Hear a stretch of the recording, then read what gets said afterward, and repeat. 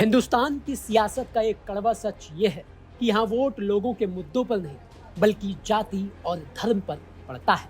मस्जिद, मंदिर, हिंदू मुसलमान पर पड़ता है। यही वजह है कि जाति और धर्म को खुश करने के लिए चुनाव के समय में बड़े बड़े ऐलान किए जाते हैं, उनके जैसा बनने और दिखने की कोशिश की जाती है। अब बिहार में चुनाव है तो यहाँ भी ये सब हो रहा है। दरअसल पटना के बापू सभागार में बिहार राज्य मदरसा शिक्षा बोर्ड के 100 साल पूरा होने पर एक बड़ा कार्यक्रम हुआ, जिसमें मुख्यमंत्री नीतीश कुमार भी शामिल हुए। बड़े बड़े ऐलान किए गए, लेकिन इस कार्यक्रम में नीतीश कुमार से एक बड़ी गलती हो गई, या फिर यूं कह लीजिए कि चूक हो गई, जिसका इस चुनाव में उन्हें बड़ा खामियाजा भुगतना पड़ सकता है। वो कैसे, चलिए ये आपको हम विस्तार से इस वीडियो में बताते हैं। जब ये कार्यक्रम शुरू हुआ, मंच पर कई नेता, अधिकारी और मुख्यमंत्री नीतीश के सुरक्षाकर्मी मौजूद थे। इस दौरान बिहार के मदरसा शिक्षा बोर्ड के अध्यक्ष सलीम परवेज ने एक व्यक्ति को इशारा किया और उनसे मुख्यमंत्री नीतीश कुमार को पहनाने के लिए एक मुस्लिम टोपी मांगी। ये आप देख भी सकते हैं कि उन्होंने ये टोपी किसी और से मांगी थी। जब सलीम परवेज ने नीतीश कुमार को ये टोपी पहनाने की कोशिश की तो नीतीश कुमार ने पहली बार में तो इसे पहनने से इनकार नहीं किया। उन्होंने अपने सिर को इस तरह से आगे किया और ऐसा लगा कि वो इस टोपी को अपने सिर पर लगाकर इसका सम्मान करने वाले हैं। लेकिन इसके बाद सलीम परवेज के उस तरफ खड़े एक सुरक्षाकर्मी ने उस दौरान नीतीश कुमार से कुछ ऐसा कहा कि उन्होंने ये टोपी फिर नहीं पहनी और इसे अपने हाथों में ही रखा। इसके बाद बिहार सरकार में अल्पसंख्यक मामलों के मंत्री मोहम्मद जमा खान आए और उन्होंने भी नीतीश कुमार को मुस्लिम टोपी पहनाने की कोशिश की, लेकिन नीतीश कुमार ने उन्हें भी रोक दिया और इस टोपी को उल्टा मोहम्मद जमा खान को ही पहना दिया। अब इन तस्वीरों को ध्यान से देखने पर यह पता चलता है कि नीतीश कुमार ने टोपी पहनने से इनकार तो किया, लेकिन उस दौरान उनके सुरक्षाकर्मी ने भी उनसे कुछ ऐसा कहा था, जिसके बाद वो टोपी को अपने सिर के पास ले जाते हुए रुक गए। अब क्या कहा था वो तो हम आपको नहीं बता सकते, लेकिन ये जरूर बता सकते हैं कि अब तक नीतीश कुमार ने मुस्लिम टोपी पहनने से कभी परहेज नहीं किया। हर साल नीतीश कुमार को मुस्लिम टोपी पहनकर इफ्तार पार्टी देते और जाते हुए देखा गया है, जिससे ये सवाल खड़ा होता है कि जब नीतीश कुमार कुछ महीनों पहले तक मुस्लिम टोपी पहन रहे थे तो अब उन्होंने मना क्यों किया? क्या इसकी वजह बीजेपी के साथ गठबंधन है? क्योंकि बीजेपी हिंदुओं की राजनीति करती है।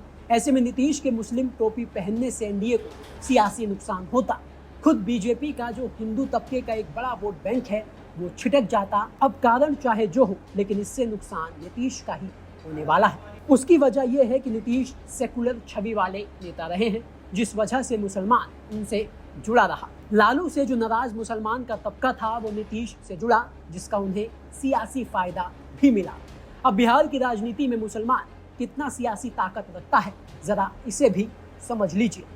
दरअसल बिहार की कुल आबादी का लगभग 16 से 17% हिस्सा मुसलमान समुदाय से आता है। कई विधानसभा सीटों पर मुस्लिम वोट 25% से ज्यादा है, जिसकी वजह से उम्मीदवारों की जीत और हार इन वोटों से तय होती है। करीब 50 से 60 विधानसभा सीटों पर मुस्लिम वोट निर्णायक माने जाते हैं। अब नीतीश कुमार ने सत्ता में आने के बाद 7 निश्चय और विकास योजनाओं के साथ साथ मुस्लिम वोटों को भी आकर्षित किया। उन्होंने अली अनवर जैसे नेताओं को आगे बढ़ाकर मुस्लिमों के बीच अपनी पैठ बनाने की कोशिश की। उसकी वजह ये थी कि आज़ादी के बाद लंबे समय तक मुस्लिम वोट कांग्रेस के साथ रहा। फिर कांग्रेस से मोहभंग हुआ तो 1990 के दशक में लालू प्रसाद यादव ने MY यानी कि मुस्लिम और यादव समीकरण बनाकर इसे अपने पक्ष में मोड़ा और लंबे समय तक बिहार की सत्ता पर राज किया। लालू से जिन मुस्लिम तबकों का मोहभंग हुआ तो उन्होंने नीतीश कुमार पर भरोसा किया, लिहाजा नीतीश की सरकार बनी। लेकिन अब नीतीश के इस टोपी कांड से जो उनके पास मुस्लिम वोट बैंक है वो दोबारा लालू या फिर ओवैसी के पास जा सकता है। ओवैसी को बिहार की सियासत में आप नजरअंदाज नहीं कर सकते। सीमांचल में AIMIM ने मुस्लिम राजनीति का नया चेहरा पेश किया है। आपको याद होगा कि 2020 के विधानसभा चुनाव में ओवैसी ने बिहार में सीमांचल के इलाके में 5 सीटें जीती थी। ऐसे में अगर इस टोपी कांड से मुस्लिम वोट बैंक JDU से छिटका तो इसका सियासी फायदा महागठबंधन को होना तय है। नुकसान नीतीश कुमार का होगा। ऐसे में सवाल यह है कि आखिर नीतीश कुमार ने ऐसा क्यों किया? क्या ये एक सोची समझी रणनीति है या फिर बड़ी सियासी चूक जिसका नीतीश कुमार को खामियाजा भुगतना होगा? ये तो अब आने वाला वक्त ही बताएगा, क्योंकि बिहार की राजनीति में मुस्लिम फैक्टर को नजरअंदाज करना किसी भी पार्टी के लिए संभव नहीं है। यकीन मानिए, ये मुद्दा एक बहुत बड़ा मुद्दा बनेगा और चुनावों में इसे बार बार उछाल कर मुस्लिम वोटों की राजनीति होगी।